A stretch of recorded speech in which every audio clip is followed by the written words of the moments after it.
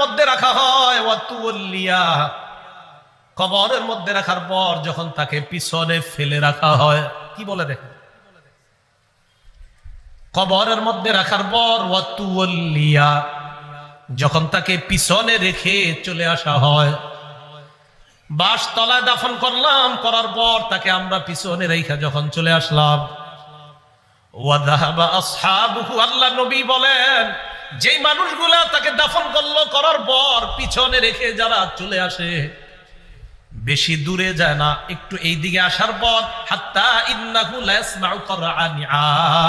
আলিহিম, ওই কবরের মানুষটা তাদের জুতার আওয়াজগুলা শুনতে পায়, তাদের পায়ের আওয়াজ শুনতে পায়। কেন শুনতে পায়? তখন আত্মা তার দেহের মধ্যে আল্লাহ পাঠায়া দেয়, পাঠায়া দেওয়ার পর